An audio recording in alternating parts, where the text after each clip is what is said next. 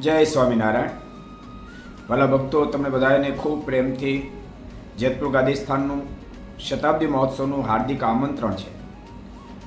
વાલા ભક્તો, જેતપુર એટલે વરદાન ભૂમિ છે ને આ વરદાન ભૂમિમાં આજથી 100 વર્ષ પૂર્વે બાલોડા ઘનશ્યામ મહારાજનું ગાદી સ્થાન ઉપર સ્થાપન થયું અને 100 વર્ષ પૂર્ણ થતા હોય એ નિમિત્તે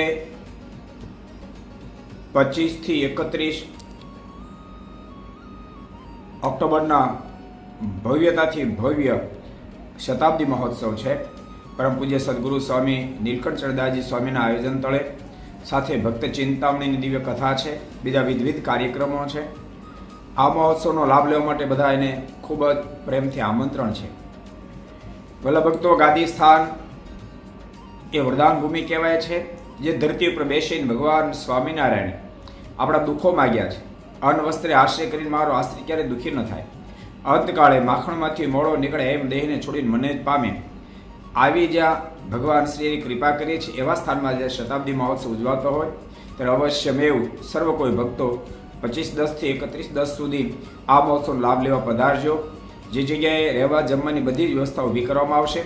પરમ પૂજ્ય સદગુરુ સ્વામી નીલકંઠ ચરણદાસજી સ્વામી અને એમનું સંત મંડળ સાથે અનેક સંતો હરિભક્તો એના આપણને દર્શન થશે. હજારો સ્વયંસેવકો જે હશે લાખોની સંખ્યામાં ભક્તોની ભીડ જામશે.